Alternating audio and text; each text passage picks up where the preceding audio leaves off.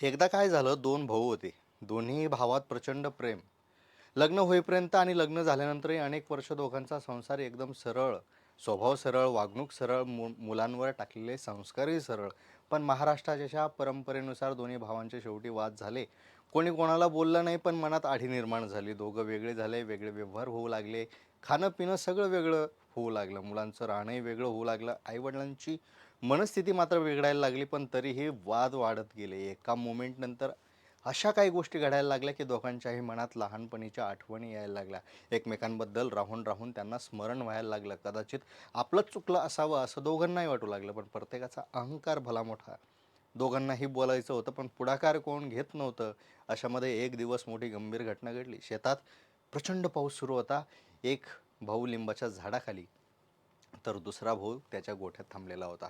गोठ्यात थांबलेल्या भावाला वाटत होतं की आपल्या भावाला आवाज द्यावा आणि म्हणावं, तिकडं नको थांबूस, पत्रात ये. पण त्याचं मन मागेपुढे करत होतं आणि तशीच वीज कडाडली आणि झाडावर येऊन पडली. तो भाऊ एका क्षणात सगळ्यांना सोडून गेला आणि आयुष्यभर तो दुसरा भाऊ स्वतःला दोष देत राहिला, कर्माला दोष देत राहिला. 1 मिनिट अगोदर जर मी त्याला इकडे म्हटलं असतं तर आजची परिस्थिती वेगळी अशी असती, असं त्याच्या मनात आयुष्यभर राहून गेलं. म्हणून नात्यांना मजबूत ठेवण्यासाठी आणि अंतःकरण शुद्ध ठेवण्यासाठी बिनधास्त बोललं पाहिजे. आणि तुम्हाला माहितीच आहे की मी सूरजकुमार उषाबाई सुधाकर एकदम बिनधास्त बोलतो.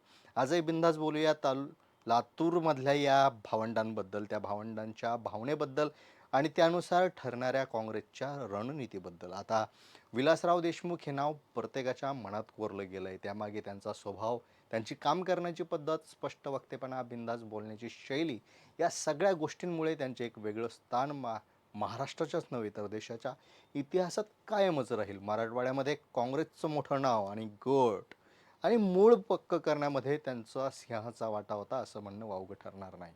त्यांच्यानंतर काँग्रेसचा प्रबळ चेहरा, मजबूत चेहरा म्हणून अशोकराव चव्हाण यांच्याकडे पाहिलं जात होतं. मात्र अशोकराव चव्हाण भाजपात गेले आणि मराठवाडा काँग्रेससाठी पोरका झाला की काय असा प्रश्न उपस्थित होऊ लागला. दरम्यान विलासराव देशमुख यांच्या पुतळ्याचा अनावरण करण्यासाठी लातूरमध्ये मोठी सभा भरली. सभेत अनेक दिग्गजांनी बिनधास्त मतं मांडली आणि रितेश देशमुख बोलायला उभे राहिले. रितेश देशमुखचे भाषण केवळ आपल्या वडिलांसाठी नव्हतं, तर असंख्य अफवांना थांबवण्यासाठीही होतं.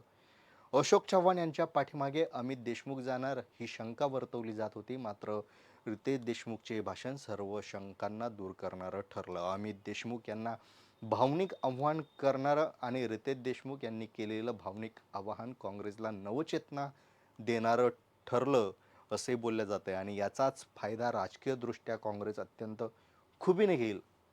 हे पाहूया, ते नेमकं कोणत्या खुबीनं आपला फायदा घेईल हे आपण विस्तारात पाहूया. गेल्या अनेक वर्षांपासून काँग्रेसचा जो आलेख खाली उतरत चालला आहे, तो पाहता कोणताही प्रबळ चेहरा काँग्रेसकडे आजच्या घडीला तरुणाईंमध्ये दिसत नाही.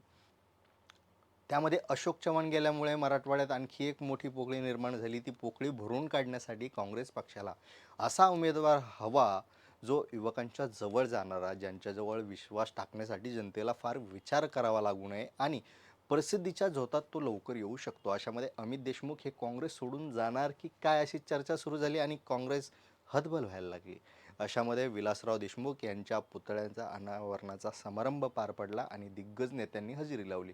मुळात ही केवळ पुतळा लोकार्पणाची सभा नव्हती, तर ही काँग्रेसच्या पुनर्जीवनाची स्थापना करणारी सभा ठरावी लागणार होती. यासाठी आधीच मोर्चे बांधणीलाही सुरुवात झाली होती, बहुतेक झाली असावी. पण आपल्या वडिलांच्या आठवणी सांगत असताना रितेश रडला. रितेश हा महाराष्ट्राचा सुपरस्टार, ज्याने बॉलिवूडमध्ये आपलं स्वतःचं असं वेगळं स्थान निर्माण केलं आहे. आता तो महाराष्ट्राच्या भूमीत, मराठवाड्याच्या भूमीत येऊन रडत असेल तर ही बातमी मोठी होणारच होती. रितेश हा लोकांच्या मनात घर करून बसला, त्यामुळे त्याचं रडणं लोकांना भावनिक करणार आहे. अर्थात तो काही ठरवून रडला नाही, पण त्या रडण्यामागे राजकारण जरी नसलं तरी रडण्यावर अनेक पक्ष आपलं राजकारण करू शकतात, ही या देशाला नवी गोष्ट नाही आहे असं बोललं जातं. पण या सभेत आणखी एक दुसरा मुद्दा अतिशय महत्त्वाचा ठरला, तो म्हणजे रितेशनं आपल्या काकांबद्दल व्यक्त केलेली भावना. ही भावना केवळ काकांबद्दल सीमित नव्हती, तर अजित पवारांना लगावलेला एक सुंदर टोलाही होता असंही बोललं जातं आहे. महाराष्ट्रात नात्यांची मोठी किंमत आहे. आपले महाराष्ट्रीयन लोक हळवे आहेत, ते नाते सांभाळतात. त्यामुळे जो माणूस ज्या पक्षात आपल्या वडीलधाऱ्यांचा सन्मान केला जात असेल त्या पक्षाकडे पाहण्याचा दृष्टिकोन यानंतरच्या काळात आपोआप बदलू शकतो. दुसरी गोष्ट म्हणजे विलासरावांच्या नंतर परिवाराला आणि इतर गोष्टीही सांभाळणारे त्यांचे काका हे राजकारण देखील सांभाळू शकतात, म्हणून त्यांनाही पुढं केलं जाऊ शकतं. अर्थात अमित देशमुख, धीरज देशमुख आणि काका दिलीप देशमुख यांनी जर एकत्र येऊन मराठवाड्यात संघटन मजबूत केलं तर त्याचा मोठा प्रभाव महाराष्ट्राच्या काँग्रेसच्या राजकारणावर पडणार आहे आणि हाच बिंदू पकडून काँग्रेस आपली रणनीती अमित, धीरज किंवा काका यांना पुढे करून खेळू शकतं असाही तर्क एक सांगण्यात येतो. तसंच नांदेड आणि लातूरमधलं अंतर फार काही मोठं नाही आहे, त्यामुळे रिकामी झालेली पोकळी भरण्यासाठी दिलीपराव सक्षम असू शकतात आणि त्यांना उभारी देण्याचं काम विलासराव देशमुख यांचे तीनही पुत्र करू शकतात. रितेश देशमुख यांनी जाता जाता ज्या पद्धतीनं भैयांना केलेलं आव्हान आहे ते अतिशय महत्त्वाचं आहे. तो म्हणाला होता की भैया हीच खरी वेळ आहे. या एका वाक्यातही एक मोठा अंदाज आपल्याला घेता येऊ शकतो.